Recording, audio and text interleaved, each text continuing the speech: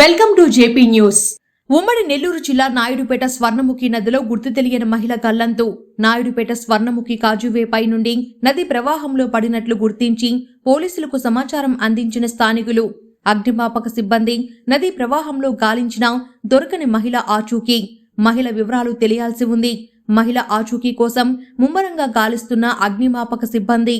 నాయుడుపేట పోలీసులు మహిళ ప్రమాదవశాత్తు నదిలో పడిపోయిందా లేక ఆమె దూకేసిందా అన్న కోణంలో కూడా దర్యాప్తు చేస్తున్న పోలీసులు గత కొన్ని రోజులుగా ఉధృతంగా ప్రవహిస్తున్న స్వర్ణముఖి నది